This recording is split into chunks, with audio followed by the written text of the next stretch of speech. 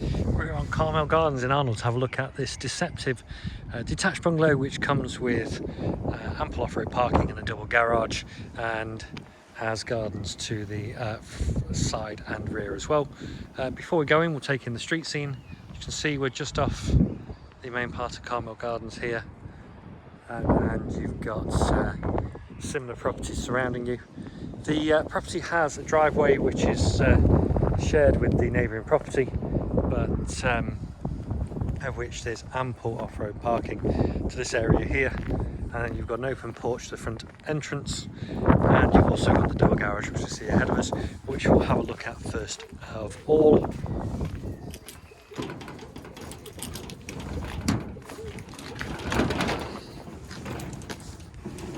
It's worth pointing this double garage out, mainly because of the sheer size of it. Obviously still bits and pieces to remove, but you get an idea of the space here. There's 2 windows to the rear, 2 windows to the side, 2 up and over doors, and there's also an access door there with a opaque glazed panel which leads around the perimeter of the bungalow. You've also got this opening to a further area which houses the consumer unit and gas and electric meters, and could be used as a workshop space, and there's both power and lighting throughout the garage space.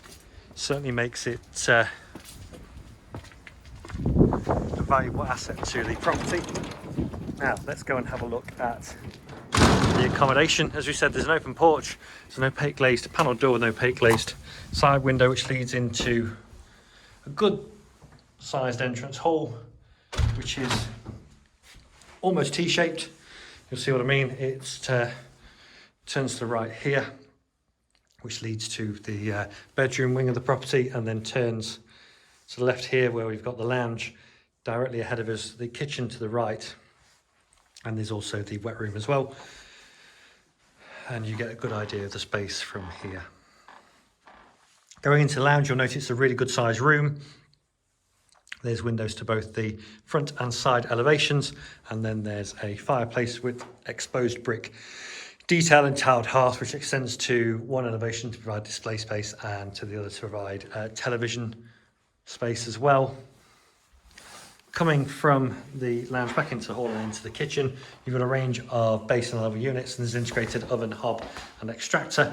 We've got tile splashbacks, ground effect work surfaces, good food preparation space here. You've got provision and plumbing for a washing machine and space for fridge and freezer at base level. We've got laminate flooring.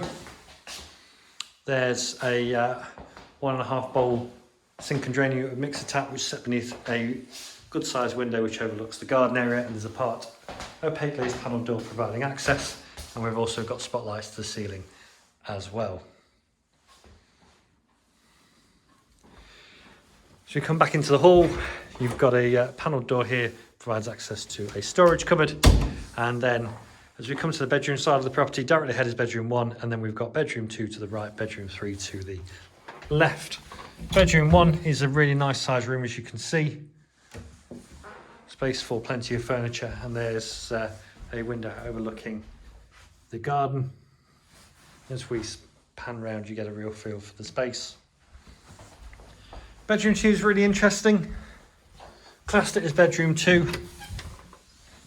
You enter into the bedroom area where there's a window which overlooks the front elevation of the driveway. There's fitted wardrobes to this elevation with 2 double robes and a single robe with storage cupboards above. And then there's a panel door which leads into a further room. Hard to classify this space, calling it on the floor plan a dressing room. It houses, obviously, as you can see, the combination gas central heating boiler. There's a window to the side elevation, but obviously it goes without saying that subject to building control and planning consents, you could open the space up quite considerably to make a big space if you so wished, or there's a number of uses you could really find for it. Bedroom 3 is a single bedroom, albeit a good sized single bedroom, and this in turn has a window overlooking the rear garden again. Finally, we've got the wet room, which, as you can see, has a moulded floor. There's a shower area with adjustable electric shower with shower rail and low level screen. You've got pedestal wash basin WC with full height tiling to the walls. There's an extractor as well, has grab handles, and then there's an opaque glazed window to the rear, as well as a radiator at low level. Have a look outside. You've got 2 steps which lead down to a patio area here.